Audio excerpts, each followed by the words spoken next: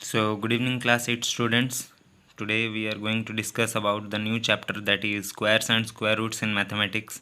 सबसे पहले मैं आप लोगों को बता दूं स्क्वायर्स का मतलब क्या है. The numbers which will be multiplied with itself gives the value to be its squares. यानी अपने साथ जो नंबर अपने आप के साथ मल्टीप्लाई होता है एक बार, उसको बोलते हैं स्क्वायर्स. एग्जाम्पल आप लोग देख सकते हैं, जैसे 4 का ये स्क्वायर दिया है पावर 2, यानी 4 का स्क्वायर जो कि हो जाता है 4 इंटू 4 इक्वल टू 16. 2 का स्क्वायर 2 इंटू 2 इक्वल टू 4. 15 का स्क्वायर वैसे ही 15 into 15 is equal to 225. So this is said to be the squares. वैसे ही और एक है स्क्वायर रूट्स. स्क्वायर रूट्स का मतलब क्या है? The multiple which is obtained by multiplication of two similar number which we get by long division और prime factorization method is called square root. यानी कि जो वैल्यू मिल जाता है, जैसे कि ये 16 मिला, इसका पहला वाला नंबर जो जिसके साथ अपने साथ जो मल्टीप्लाई होके ये 16 मिला, ये एक वैल्यू को ढूंढने को बोलते हैं हम लोगों को स्क्वायर रूट्स. एग्जाम्पल देख सकते हैं, रूट ओवर ऑफ 4 यानी कि 2 होता है. वैसे ही 25 का रूट ओवर 5 होता है. ये कैसे निकालते हैं? प्राइम फैक्टराइजेशन, यानी आप लोग जिसको बोलते हैं एलसीएम मेथड. 4 को ले लो, 4 2 2 जा 4, 2 1 जा 2, 2 ठो 2 मिला, 2 ठो 2 जोड़ी में है, उसीलिए एक को ले लो, आंसर हो जाएगा 2. वैसे 25, 5 5 जा 25, सो 5 इंटू 5 इज़ 25, जिसका आंसर होगा 2, सॉरी 5. वैसे ही 225, यानी कि 225 को फैक्टराइजेशन करने से कितना मिलेगा? 3355.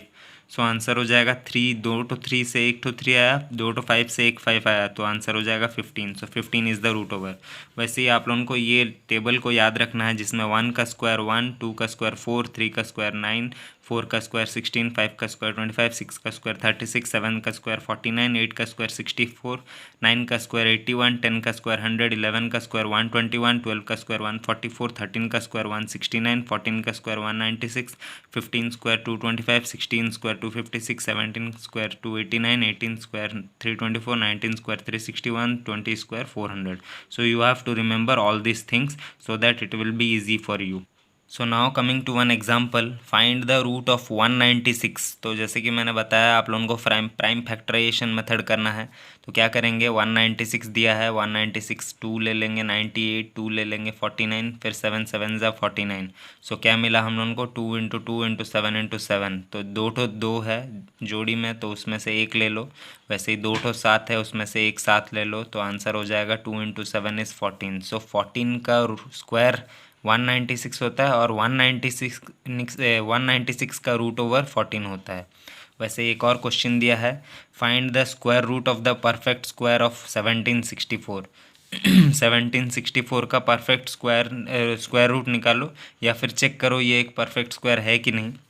तो इसको भी वैसे ही प्राइम फैक्टराइजेशन मेथड में करो. 2 से लेने से 882, फिर 2 से लेने से 441, फिर 3 से लेने से 147, फिर 3 से लिया तो 49, फिर 7 7 ज़ा 49. सो क्या मिलेगा हम लोगों को value? 2 into 2 into 3 into 3 into 7 into 7. सो 2 ठो 2 है, उसमें से एक लो.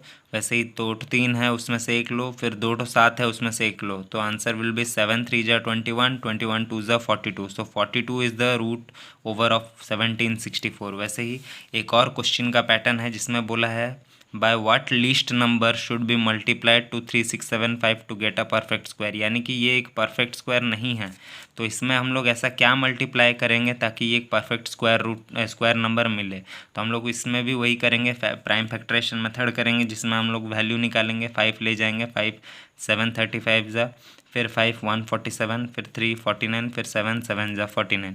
सो मिलेगा हम लोगों को क्या? 5 इंटू 5 इंटू 7 इंटू 7 इंटू 3. यहाँ आप लोग गौर से देखिए, एक और बार मैं बोल रहा हूँ, 2 ठो 5 है, उसमें से एक 5 निकल जाएगा. 2 ठो 7 है, उसमें से एक 7 निकल जाएगा. लेकिन ये जो 3 है ये अलोन है, तो इसके साथ अगर हम लोग एक और 3 मल्टीप्लाई करते तो ये एक परफेक्ट स्क्वायर होता है. लेकिन ये एक 3 अकेला है, इसीलिए हम लोग आंसर क्या लिखेंगे? Here 5 is in pair and 7 is in pair, but 3 is alone, इसीलिए हम लोगों को 3 मल्टीप्लाई करना पड़ेगा. So thus if we multiply 3 to 3675 the number obtained will be a perfect square. यानी कि इसके साथ अगर हम लोग 3 एक और मल्टीप्लाई कर लेते हैं, यानी कि हम लोग अगर 3675 के साथ 3 एक और मल्टीप्लाई करेंगे, जो आंसर आएगा वो हो जाएगा एक परफेक्ट स्क्वायर रूट.